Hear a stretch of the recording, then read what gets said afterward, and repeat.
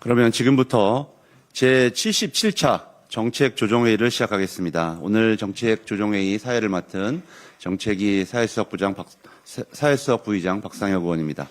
먼저 한정혜 정책위 의장의 발언이 있겠습니다. 5월 1일 노동절은 노동의 존엄성을 되새기는 날입니다. 특히 올해 노동절은 그 의미가 남다릅니다.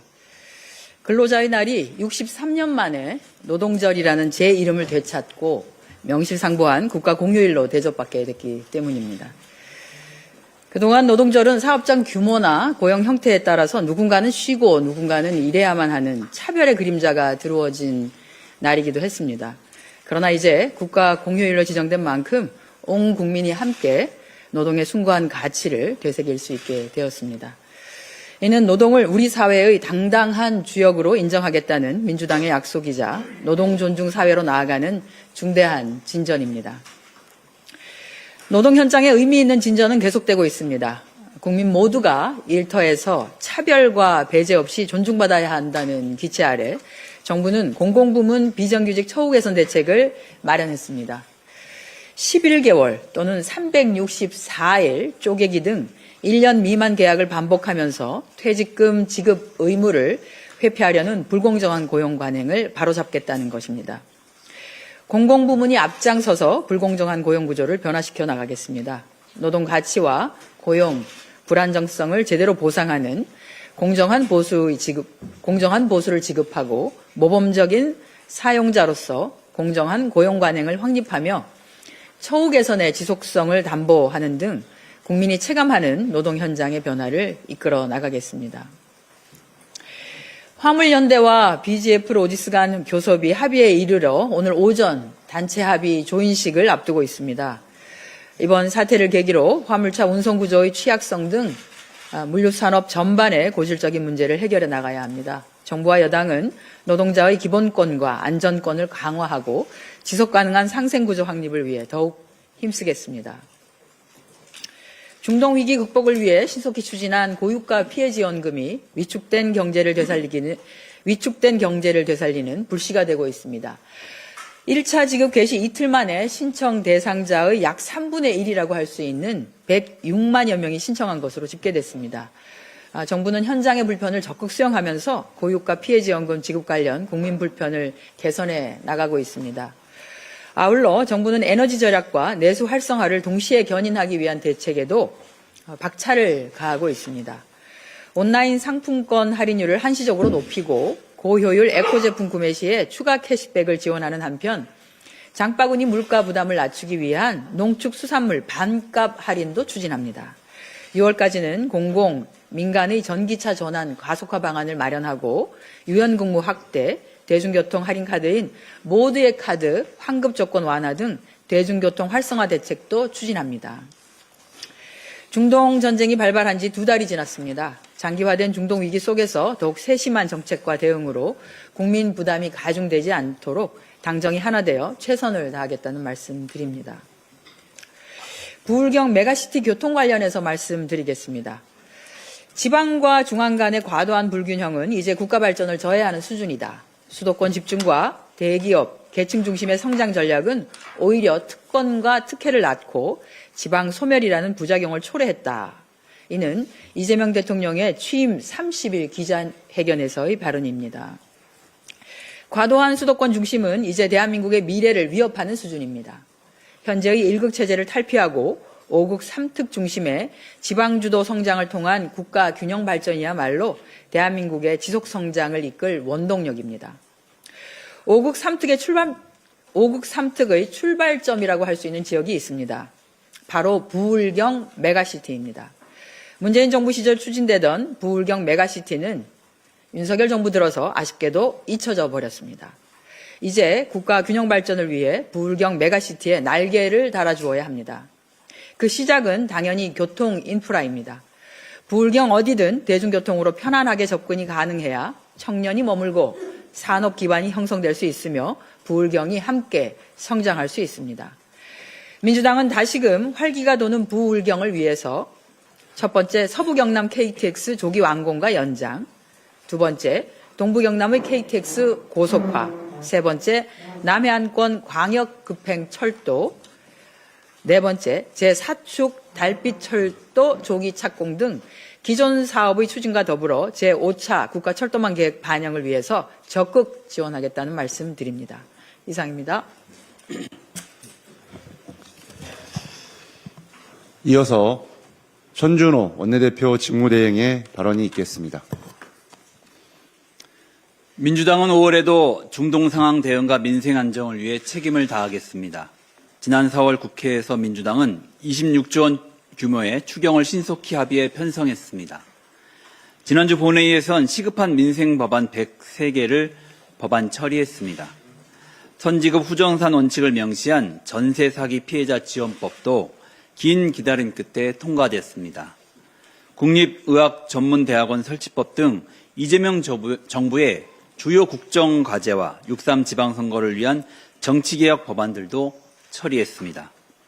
국정조사를 통해서는 윤석열 정치검찰이 자행한 조작기소의 실체를 낱낱이 규명했습니다. 5.18 정신과 부망쟁 정신을 수록하는 국회 계엄권 통제를 강화하는 내용을 담은 개헌안도 발의했습니다. 개헌안 발의에는 국민의힘을 제외한 6개 정당이 모두 참여했습니다. 오는 5월 7일이 6.3 지방선거와 개헌 국민투표 동시 실시를 위한 골든타임입니다. 39년 만에 만들어낸 개헌의 기회를 반드시 살려내야 합니다. 그런데 국민의힘은 당론으로 개헌을 반대하고 있습니다. 이미 사회적 공감대를 형성한 내용임에도 목리를 부리는 것입니다. 국민의힘은 개헌 반대 당론을 즉각 폐기하십시오. 국민의힘 의원들께서는 양심과 소신에 따라 개헌이라는 역사적 가업에 동참해 주실 것을 촉구합니다. 민주당은 5월 국회에서도 중동 위기에 빈틈없이 대응하는 한편 민생 안정과 사회 개혁을 위한 의정활동을 계속하겠습니다. 이재명 정부와 함께 고유가 피해 지원금 지급을 차질 없이 관리하겠습니다.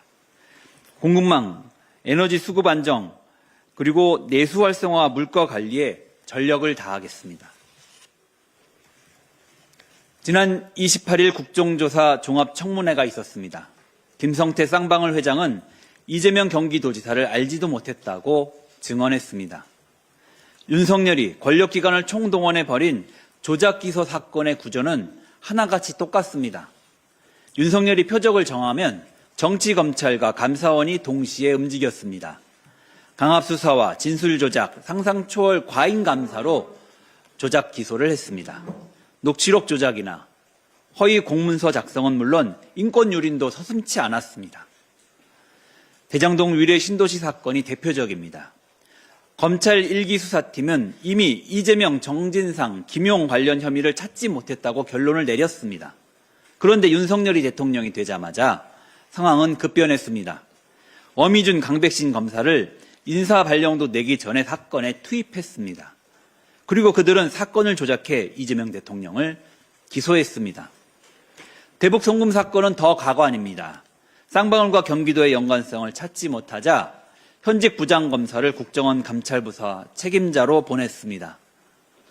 기소에 유리한 자료만 제출하고 불리한 자료는 은폐했습니다. 쌍방울 김성태 회장의 가족과 지인 17명을 구속하며 압박과 회유를 이어갔습니다. 반드시 일벌백계해야 할 정치검찰의 국가폭력 범죄로 볼 수밖에 없습니다. 조작기소 국조특위는 오늘 결과보고서를 채택하고 위중고발 등을 끝으로 활동을 마무리합니다. 국정조사에서 밝혀진 정치검찰의 범죄는 특검 수사를 통해 끝까지 파헤쳐야 합니다. 이에 민주당은 조작기소 특검 법안을 신속하게 발의하겠습니다. 윤석열 정치검찰은 공권력을 사유화해 법치와 인권을 유린한 죗값을 반드시 치르게 될 것입니다. 윤석열, 김건희의 범죄가 추가 확정됐습니다. 그러나 형량은 여전히 국민 눈높이에 미치지 못합니다. 어제 내란전담 재판부가 내란 속의 윤석열의 체포방해 혐의에 대해 판결했습니다. 1심보다 무거운 징역 7년입니다. 특히 초범이라 감명한다는 식의 황당했던 1심 판결을 바로잡은 점은 의미 있게 평가합니다. 사필 규정입니다.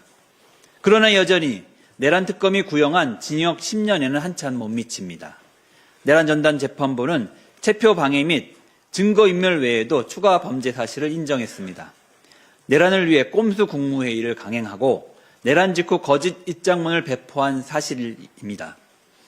헌정질서를 명백히 유린했는데도 구형보다 낮은 형량이 선고되는 것은 납득하기 어렵습니다. 28일 있었던 김건희 2심 판결도 비슷합니다. 재판부는 통일교 뇌물수수 범죄를 전부 유죄로 판결했습니다. 주가 조작에 가담한 사실도 추가로 인정했습니다. 그러나 결과는 징역 4년입니다. 1심보다 늘어났지만 특검이 구형한 15년형에는 한참 못 미칩니다.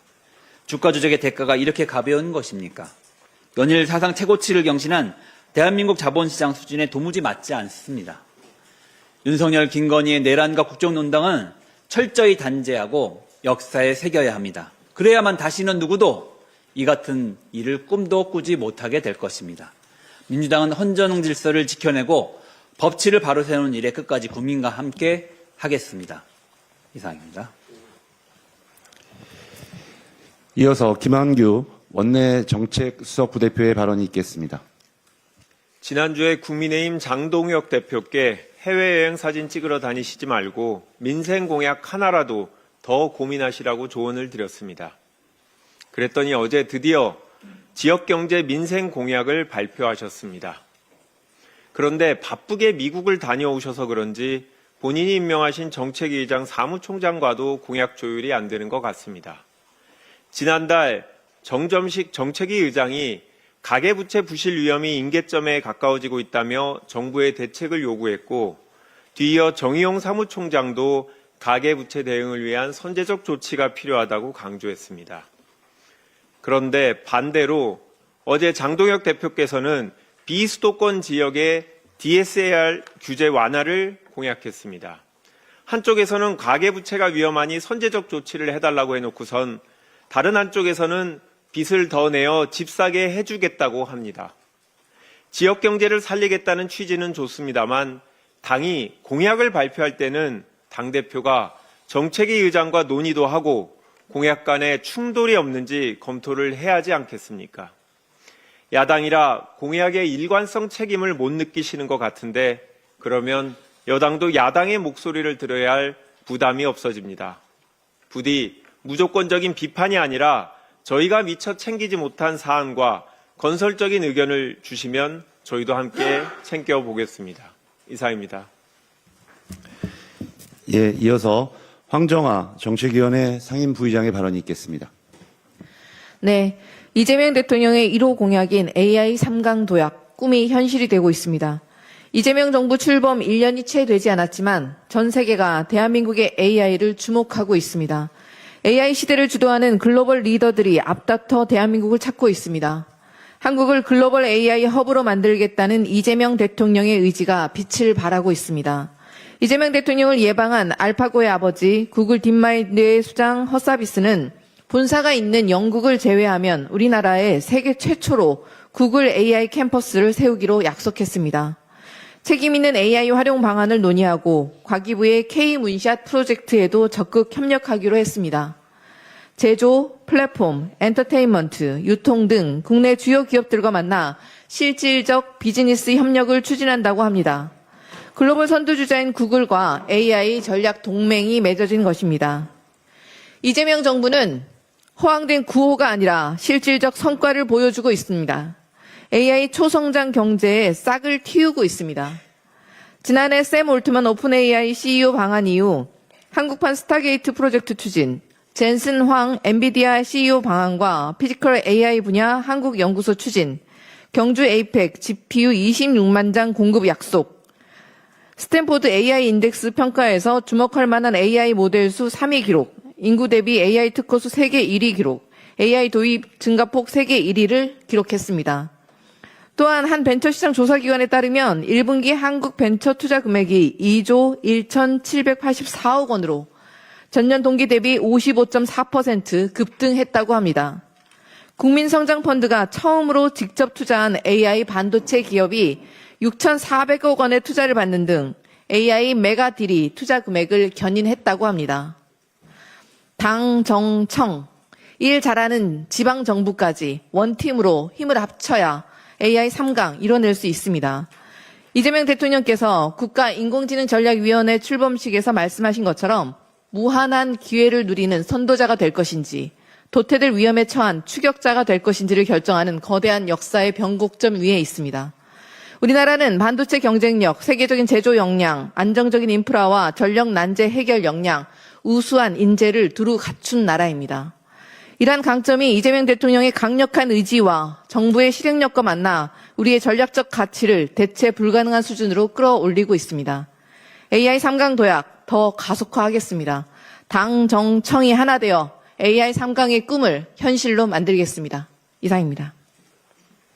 예, 준비된 발언이 모두 끝났습니다. 벌써